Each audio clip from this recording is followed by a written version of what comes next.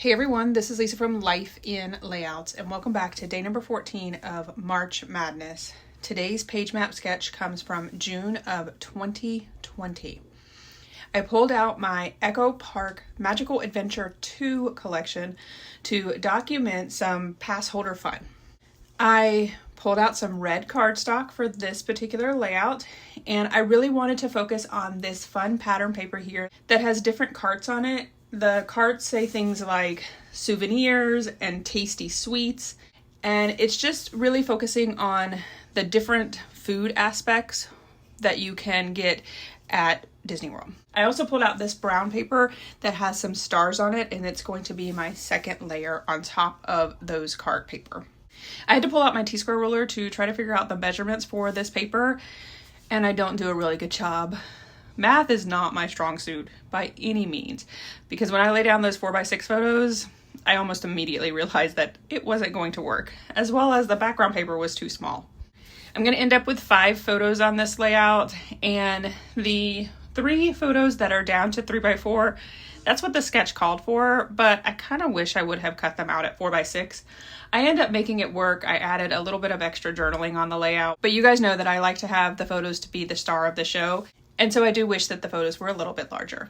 I decided to bring back that souvenir paper because the paper was just not big enough and I wanted to span across both sides of the layout like the sketch calls for. So I just cut an extra piece to add to the right-hand side.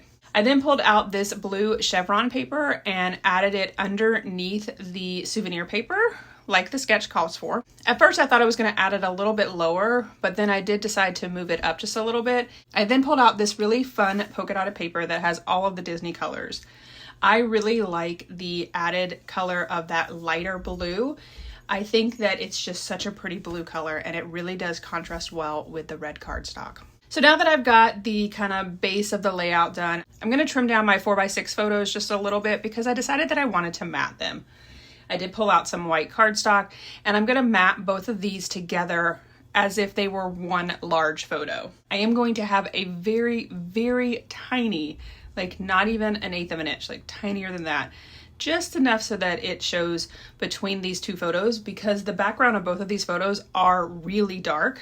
So I wanted to just have some separation. I did pull out my layering guides and I do have a tutorial for that. I'll link it here if you'd like to check that out. Once I get the mats trimmed out, then I'm going to play around with the paper a little bit. So while I'm doing that, let me tell you a little bit about these photos.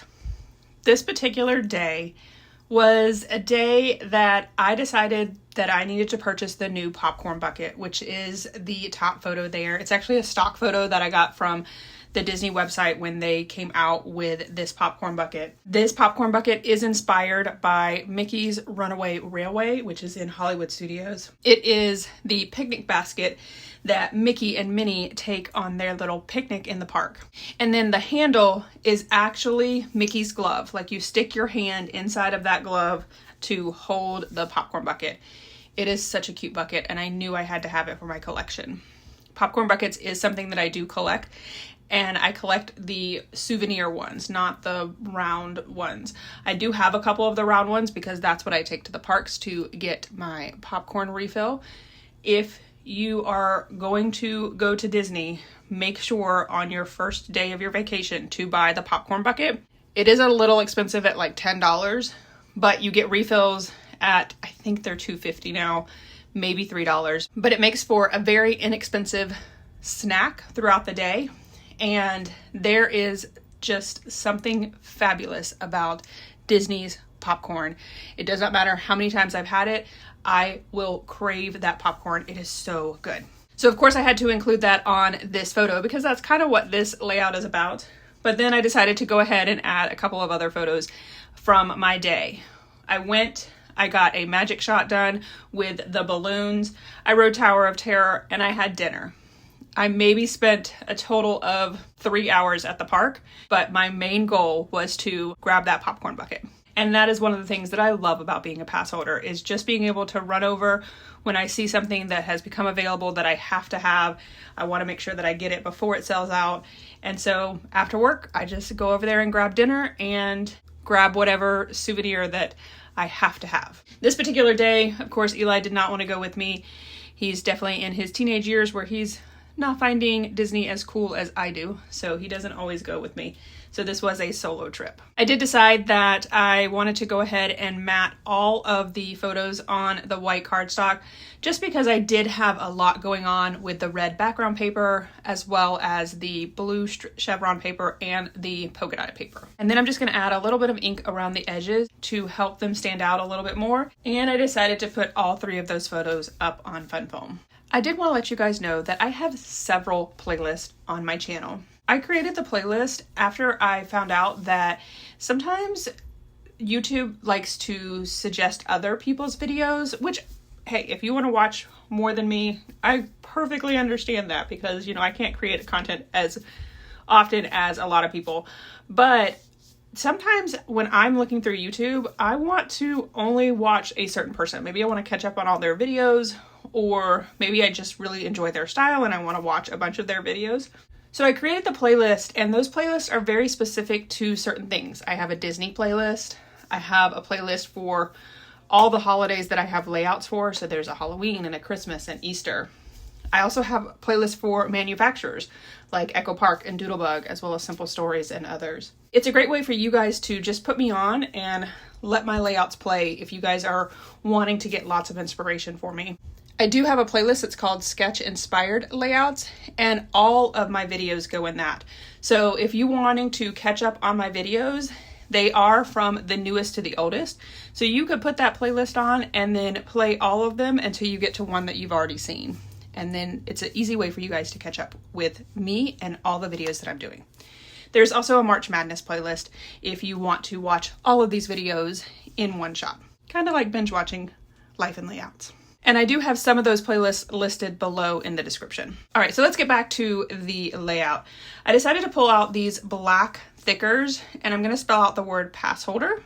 My title is going to be Passholder Fun. I found these fun stickers in the sticker book for this collection, and I thought that the black rectangle letters with the black thickers worked really well, and I liked the shininess of these particular thickers. And then I also found a chipboard piece that has the souvenir cart on it as well, and because that's the reason I went to Hollywood Studios on this particular evening, I thought it was fitting to add to the layout.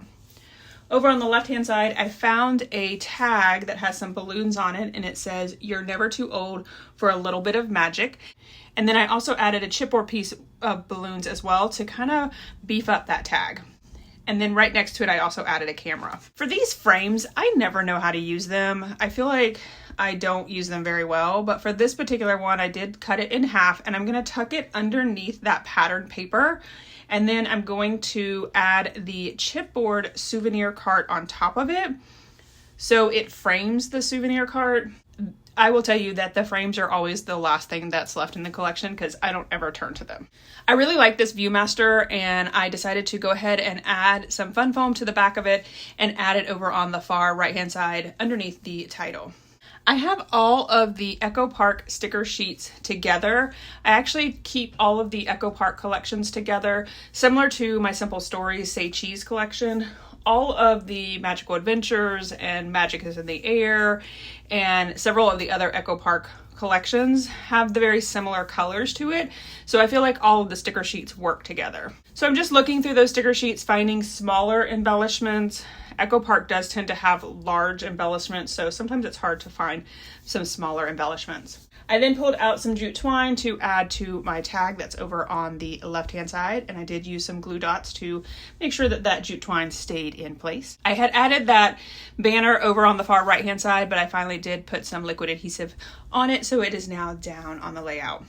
I have had this template for so long, and unfortunately I don't think it's still available. It's been sold out on scrapbook.com for a long time. I do have it linked below, so if you want to go on there and select notify me if it's not been discontinued. But it's definitely one of those things that, again, I will not ever purge. I don't use it often, but I do really like it. I decided to just add a small border around the edge of my paper, and the border that is on the stencil is rounded on all four sides. So what I decided to do was to skip the rounding on the far left-hand side of this side of the layout And then once I got all of the stitching done, I moved my template over so that my stitching would go all the way to the edge. So now I have a rounded edge on the outside edges of my double page layout.